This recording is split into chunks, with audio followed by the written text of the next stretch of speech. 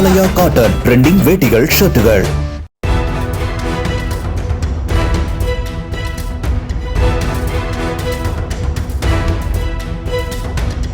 சென்னை போலீசாரால் வலைவீசி தேடப்பட்டு வந்த அதிரடி சரவெடி ஆபாச யூடியூபர் முக்தார் பெங்களூருவில் கைது செய்யப்பட்டிருப்பது பெரும் பரபரப்பை ஏற்படுத்தவில்லை என்றாலும் சமூக வலைதளங்களில் இந்த கைது விவகாரம் வைரலாகி வருகிறது.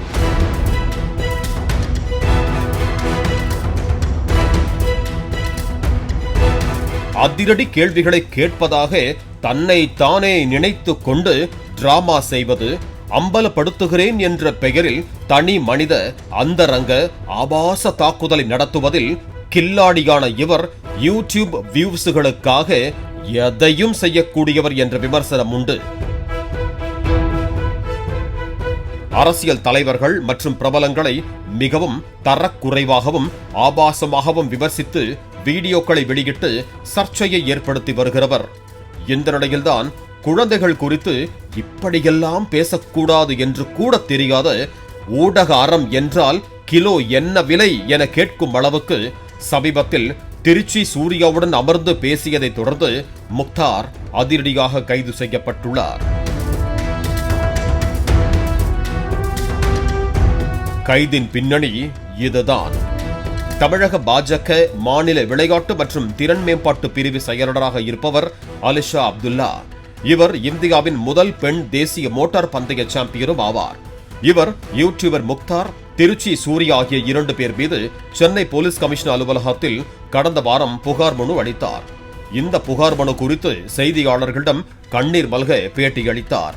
அப்போது அலிஷா அப்துல்லா கூறுகையில், நான் 2 ஆண்டுகளுக்கு முன்பு அரசியலுக்கு வந்தேன். அப்போது முக்தாரும் திருச்சி சூர்யாவும் என்னை பற்றி அவதூறாக பேசினார்கள். குறைக்கும் நாய் கடிக்காது என்பது போல நான் விட்டு விட்டேன். ஆனால் கடந்த சில நாட்களுக்கு முன்பு ஒரு வீடியோவை அவர்கள் வெளியிட்டார்கள்.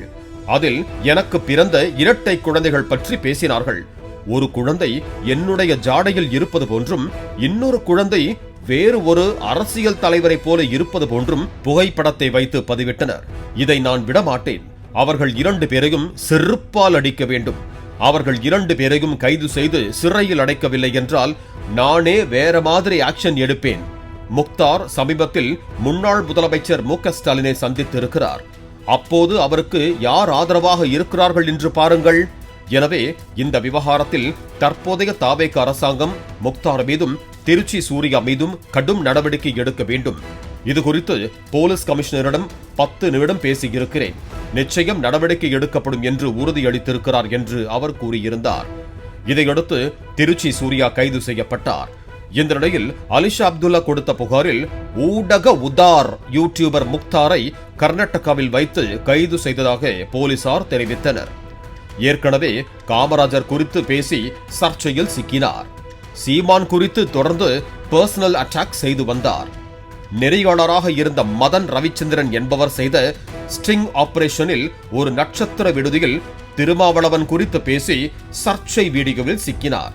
தொடர்ந்து ஆபாசம், மிரட்டல், பிளாக்மெயில் செய்யும் விதமாகவும் பேசுவதோடு ஆளும் கட்சியான தாவேகவை கடுமையாக விமர்சித்து வந்த நிலையில்தான் அலிஷா கொடுத்த புகாரில் கைது செய்யப்பட்டிருக்கிறார் முக்தார்.